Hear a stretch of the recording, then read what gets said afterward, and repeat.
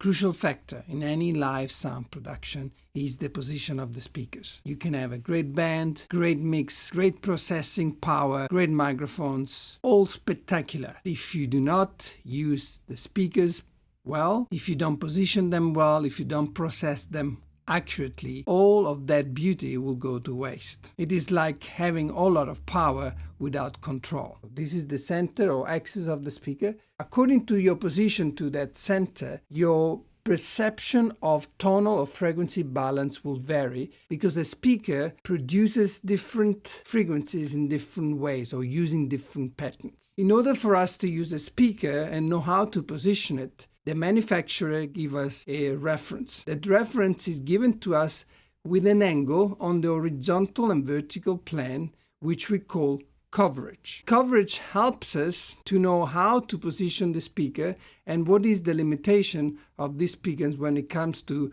covering an audience. This coverage is calculated generally around 1000 Hz. It's given us with two angle values. These values are given to us from the manufacturer, measured from the central or reference axis of the speakers towards the left and towards the right, and then downwards and upwards. The question is, how does the measurement happen and what does it mean? The measurement is done between the central axis and the angle at which the level drops to half. In decibel scale, that would correlate to a -6 dB SPL. For this speaker, for example, the horizontal coverage is 70 degrees.